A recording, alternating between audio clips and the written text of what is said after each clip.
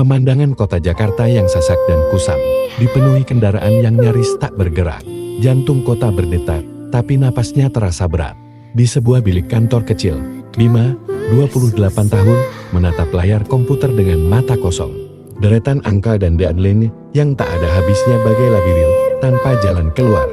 Jemarinya kaku, pikirannya lumpur. Ia sudah terlalu lelah, bukan hanya lelah fisik, tapi juga mental. Gaji yang ia dapat tak sebanding dengan jam kerja yang menguras semua energinya. Setiap hari adalah siklus yang sama. Berangkat saat fajar masih remang, pulang saat bulan sudah tinggi, dan hanya ada sedikit sisa energi untuk menyambut pagi yang baru. Di luar jendela kantornya, sebuah suara riang mulai terdengar. Bima hanya melirik sekilas, tak tertarik, itu bukan hal baru. Belakangan ini, demo seolah jadi bagian dari lanskap kota yang tak terhindarkan. Namun, malam itu, saat ia berjalan pulang menyusuri trotoar yang basah, ia melihat sesuatu yang berbeda. Sekelompok anak muda, sebayanya, masih bersemangat meneriakkan tuntutan. Spanduk yang mereka bawa bukan lagi hanya tentang politik, tetapi juga tentang upah layak dan keadilan kerja. Bima berhenti, matanya tak lagi kosong. Ia melihat dirinya di antara kerumunan itu. Rasa lelah yang selama ini membebani jiwanya mendadak terasa terwakili. Keesokan harinya, saat istirahat makan siang, Bima tidak pergi ke kantin. Ia duduk sendiri di tangga darurat, menelusuri berita tentang demo semalam di ponselnya. Ia menemukan sebuah video wawancara dengan seorang aktivis mahasiswa. Gadis itu, dengan mata berapi-api, berbicara tentang bagaimana sistem ekonomi dan politik saat ini secara perlahan memutilasi impian generasi muda. Kata-kata itu menusuk, seolah-olah aktivis itu membaca isi hati Bima. Ia merasa bukan lagi satu-satunya orang yang merasa terhimpit. Ada ribuan, bahkan jutaan, orang lain yang merasakan hal serupa. Sepulang kantor, Bima memutuskan untuk mengambil rute yang berbeda. Ia berjalan ke arah pusat kota, di mana ia tahu demo akan kembali berlangsung. Keramaian kali ini jauh lebih besar. Ia berdiri di pinggir jalan, membiarkan gelombang energi dan kemarahan massa menyentuhnya. Rasanya aneh.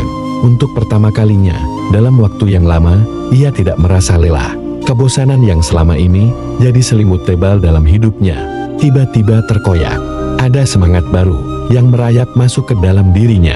Bima memberanikan diri, ia mengambil langkah, bergabung dengan kerumunan. Di sana, ia bertemu dengan Rani, seorang mahasiswi yang lantang menyuarakan hak-hak buruh dan pekerja. Rani tidak hanya berorasi, tapi juga mendengarkan. Ia menanyakan nama Bima dan apa yang membuatnya datang ke sana.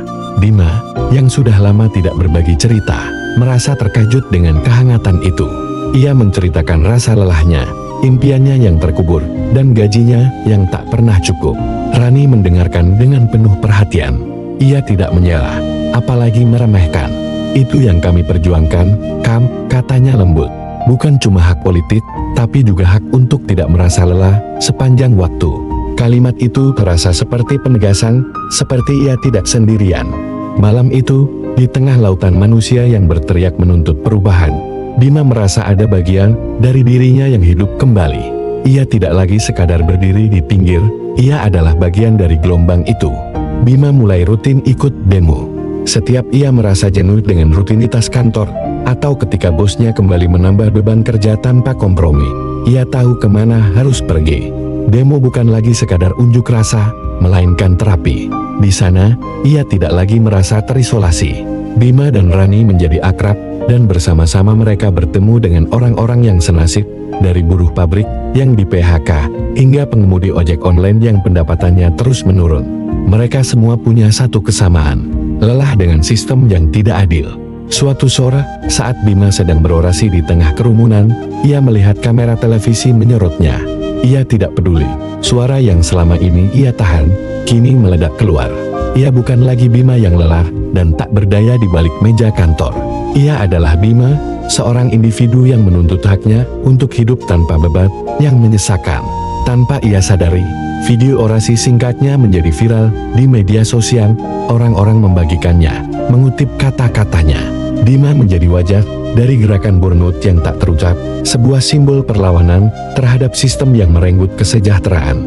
Ketenaran itu tidak membawa Bima keluar dari pekerjaannya yang melelahkan. Ia tetap harus kembali ke kantor, menghadapi tuntutan dan atasan yang sama. Namun, ada yang berbeda, ketika lelah itu datang lagi, ia tidak lagi merasa sendirian. Ia punya Rani, ia punya kawan-kawan, dan ia punya ribuan orang yang menonton videonya, yang juga merasakan hal yang sama. Burnoutnya tidak sepenuhnya hilang, tetapi kini ia tahu bahwa rasa lelah itu bukan miliknya sendiri. Ia adalah bagian dari perjuangan kolektif, dan itu membuatnya merasa lebih kuat dari sebelumnya. Film ditutup dengan sebuah adegan yang kontras. Pagi yang sama, Bima kembali berangkat kerja. Ia masih mengenakan kemeja yang sama, membawa tas yang sama, menuju kantor yang sama.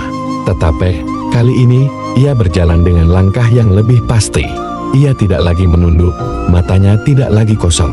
Di tangannya, ia memegang sebuah kertas lusul, berisi catatan kecil tentang demo selanjutnya yang akan mereka lakukan.